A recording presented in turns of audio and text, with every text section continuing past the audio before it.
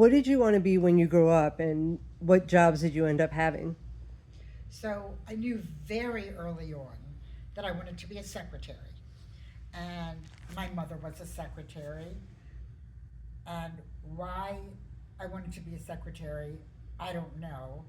Um, I forgot to tell you that during my childhood, I remember being friends with my mother.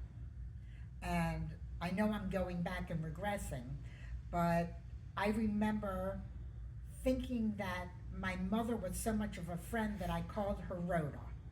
I didn't call her mom. And this was as I was old enough to drive a car. So I would do her chores for her that she hated to do. I would take um, the dry cleaning to the dry cleaners. I would do the grocery shopping. I would do the things that she didn't want to do to earn using the car. And she was always like a friend to me. And maybe that's why I wanted to be a secretary. But I knew I didn't want to go to college. I hated school, hated it with a passion. I wasn't a great student, although I was really good in typing. I was really good in shorthand. I was really good in, I was good in English. I only took business math. I never took any more difficult math than business math. And I took business law, I think, something like that. But I remember my senior year, I was the typist of the year, and I got an accolade for that. So I knew I wanted to be a secretary. And right out of high school, I spent the summer working at a department store in their Trim the Christmas Tree department, which I loved because I got to pick any ornament and decorate all the Christmas trees any way that I wanted to. And then I don't know why I didn't start right away, but then I got a job as a secretary. And my first job as a secretary was working for Putzel and Danoff.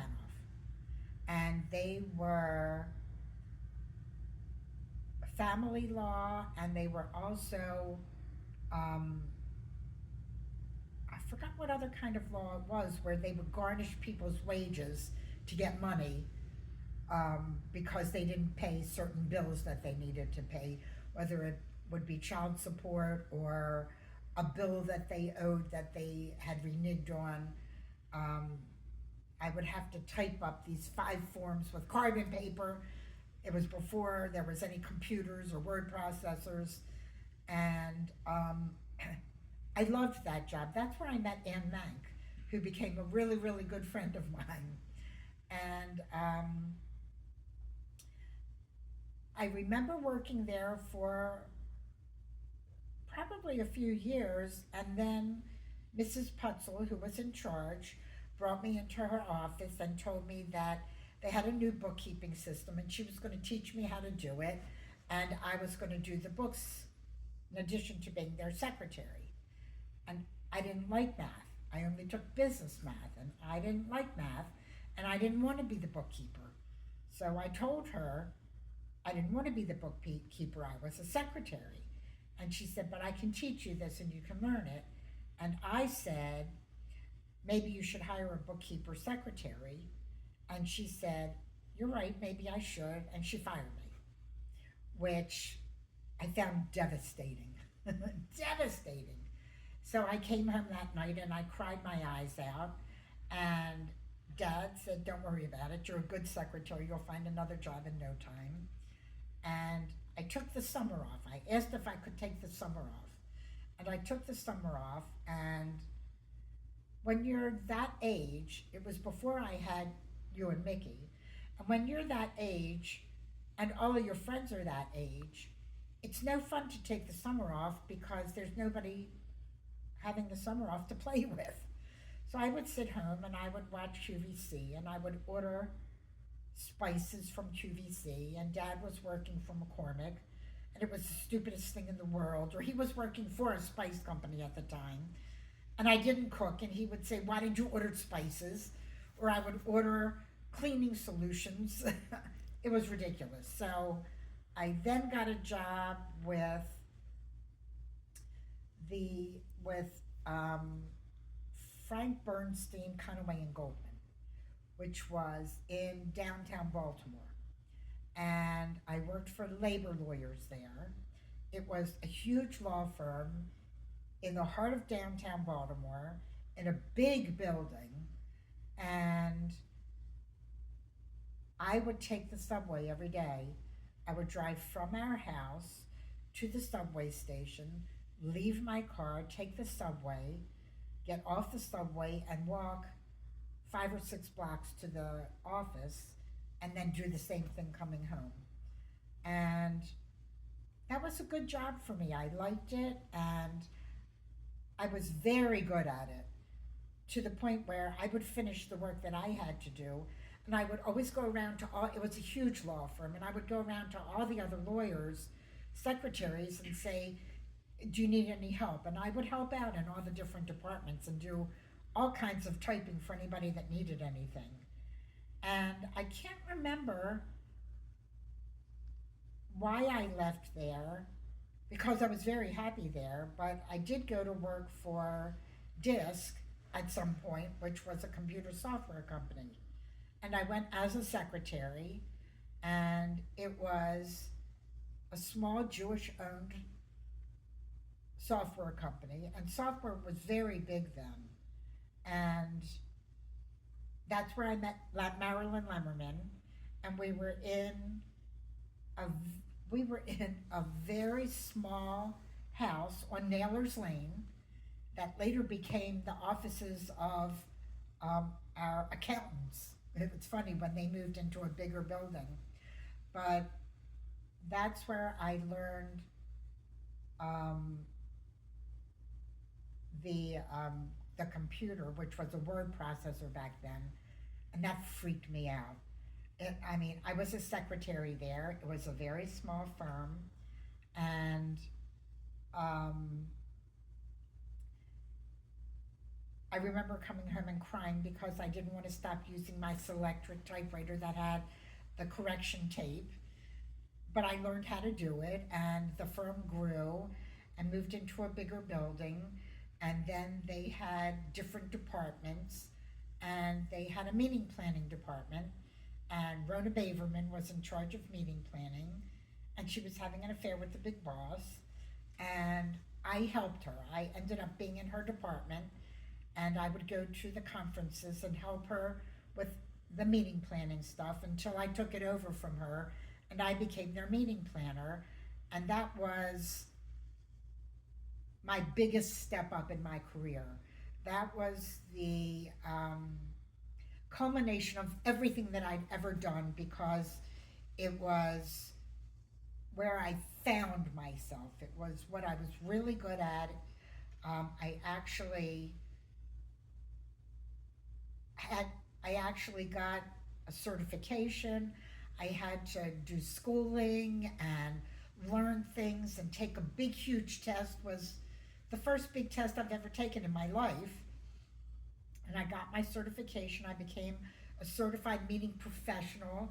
So I had initials next to my name, and I felt very, very accomplished. Um, that was that was my best career time of my whole life. I planned all of their small meetings to their um, users conferences, which were their bigger meetings. I did their site inspections, which was really fun because I got to travel. I was treated like royalty. I was picked up in limousines, and it was an amazing time. They don't do it like that anymore. But in my lifetime, it was an amazing time, and Dad got to get some of the benefits of that, because when they were courting me to try to get me to do my meetings in their locations, I was given things. I was invited to one of Disney's celebrations where I got to bring Dad, stay in the Grand Floridian Hotel, and every single day we were treated to 3 meals a day. And when I got back to the room, there were gifts left for us. We got Mickey Mouse watches and Mickey Mouse umbrellas and towels, and it was just amazing. And then I got to put together and contact all of the people that were a part of this conference. And I remember having you and Mickey come and on the weekends help me put the books together for these conferences. And I would have to contact every presenter, and they sent me their materials, and I would have to copy it and lay it out on the table, so you would walk around the table and put the notebooks together, and then we would order pizza and eat pizza as a reward for putting all these notebooks together. And it was a very rewarding job for me because I was recognized for the things I did, and I felt like I could do them very well. And the conferences were always huge successes, so I know I did it very well. Even though at the conference, if something went wrong, which it always did, everybody would come to me, and I would make it go away magically. You know, I would get up at 4 o'clock, 5 o'clock in the morning and meet with whoever was on duty and make sure the room was set up the way it was supposed to be set up and fix whatever housing problem there was.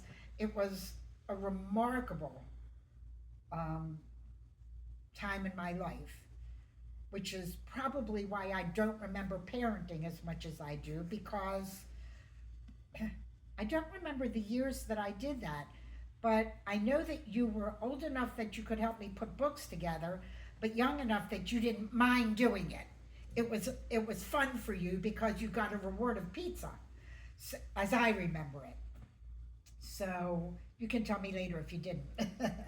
But I I remember having to work some nights where I would be there because they would be having a meeting of the speakers that would come into town, and I'd have to take them out to dinner, or I'd have to do a small reception, and I would bring home all the leftovers, and you and Mickey could eat the leftover shrimps wrapped in bacon, or pigs in a blanket, or whatever was left over. I always brought back home. So I remember those times as being very rewarding in my life. And then that company got bought out, and they let all of us go. So I was young enough that I had to find another job, and I was a qualified meeting planner at that time.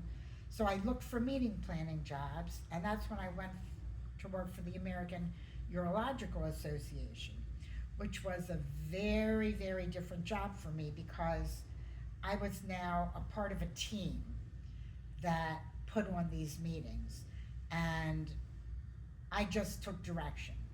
And it was a huge organization that all urologists went to their conferences. So I wasn't a part of picking where these conferences were going to be. Number one, because there were only like 7 or 8 places in the whole United States that were big enough to house it, because it was meetings, because these doctors were going for their um, their extended credits, which were called CEUs, and it's I don't remember. Continuing education Continuing units. education units. So they had to do that to remain urologists. It was part of their careers to have that, and we provided that. So, in addition to having all those meetings, we had a huge exhibit hall where all of the um, vendors and the pharmacists that supplied things to the urologists put on a big show. So we had to have a huge hall for an exhibition hall as well. So I then became a part of the meeting planning team that went and did whatever we were told to do to make the meeting happen. And I enjoyed that. I didn't have way near the responsibility that I had, but I got to help planning and I got to go to the conferences, which was fun because I got to do some traveling. And then life changed because dad lost his job. And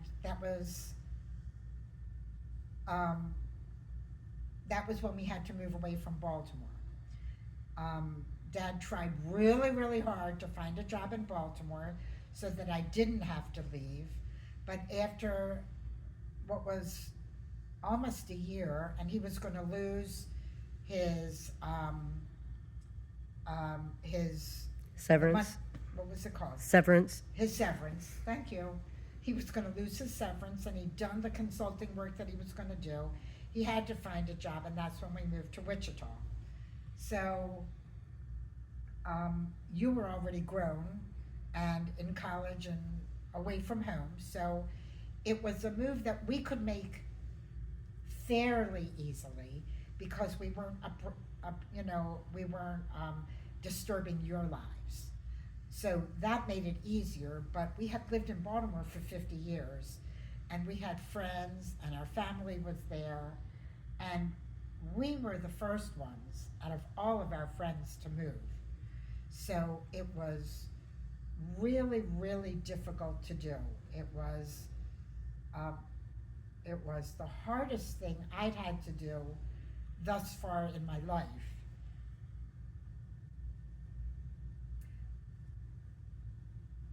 I'm trying to think of if I was upset about that as I was about the first miscarriage. But it was right there on an even level if it wasn't just below that. But it was really hard to leave Baltimore. It was scary and it was really hard, and dad had a job and I didn't. So when we first moved to, and I know we moved to Connecticut for a little while, I forgot that part, and I hated Connecticut, and luckily we were only in Connecticut for 8 months or so, and that corrected itself. So I didn't work in Connecticut, it didn't matter. It wasn't a big part of my life, other than it was my first Calgon bath. Because I lost it one day because I didn't have a job and I didn't know what I was doing with myself. And I just lost it and said, I hate it here, I'm going to take a Calgon bath. But then when we, came back to Baltimore, it was like we never left because we did get to come back to Baltimore. And when we had to leave for Wichita, it was really uprooting because we were older and I wasn't old enough not to work in my mind. I felt like I still had to get a job. So when we moved to Wichita, dad had his job, so I immediately, because I was there and I had nothing to do, I started looking for work. So I went through the yellow pages and looked for organizations thinking I'll find a meeting planning job with a big organization. And the only organization in Wichita, Kansas is Decorative Painters. So I called the Decorative Painters and asked them if I could come in and talk to them. And told them I was a meeting planner, and they did do meetings, but they didn't have a position available. But they let me come in and bring a resume and talk to them. So I did. I went in and gave them my resume and talked to them, and they said they would keep it on file. And then we were only there for, I think it was 8 months or so before they wanted to transfer dad to Milwaukee. So when we moved to Milwaukee, I got a job with um, a travel agency there. And it was part-time and it was in the city, so we didn't live in the city. It was a commute, maybe 45-minute drive to get there. And I worked part-time and it was an okay job. but I didn't love it, so I just did it because it was extra money and it kept me busy. And after 2 years, we moved back. Oh, and while we were there, I got a call from the decorative painters that they had a job for me in Wichita. Of course, we didn't live there anymore. But when we moved back to Wichita, we had decided that Dad made enough money that I didn't have to work. And Wichita had all of my friends were synagogue friends. All of them were synagogue friends, and they were all there because their husbands were doctors, and that was a good place for them to be transferred to. So I had things to do during the day with all of these women who didn't work. So I was okay giving up my career. And that was the end of my working until we moved to Sun City. And even when we lived in Charlotte, Dad got a job in Charlotte. And when we lived in Charlotte, we only lived there for a year, and I still didn't work. But I played mahjong with a girl whose husband said, "There's a Sun City opening right over the border. You got to get your name on the list." And we got our name on the list, and we knew we wanted to move there. And as soon as I knew we wanted to live here, I immediately told the salesperson in charge of all the salespeople that I wanted to get a job working for them. And they took my resume and we talked, and I got a job. So I worked at Sun City 2 days a week and one Saturday a month from before we even lived here. So I worked here. Um, I started, I believe, the March before we moved in, and there weren't even models at the time, but there was a sales office. And I worked until we were all sold out. They closed the sales office and they opened another Del Webb about a half an hour away from us in another part of South Carolina called Carolina Orchards. And I worked there for a few months, but I didn't like it, so then I officially retired. But it was fun working here for the 15 years or so that I worked here part time, because I got to meet people that were going to be moving here potentially. And I got to meet a lot of Jewish people here because I wore a badge that said, "Ask me about Mahjong." And if they would say, "Oh, I play Mahjong," I would say, "How long have you been playing?" And if they would say, "I just learned a few years ago," I knew that they weren't Jewish, that they learned from another community. And it was true, because the people that played Mahjong for a long time, or would say, "Oh, my mother played Mahjong," they were all Jewish, and it was a bonding thing, and it just let me know that other Jewish people were moving into the community, and it was a comfort level. And then I was okay to retire.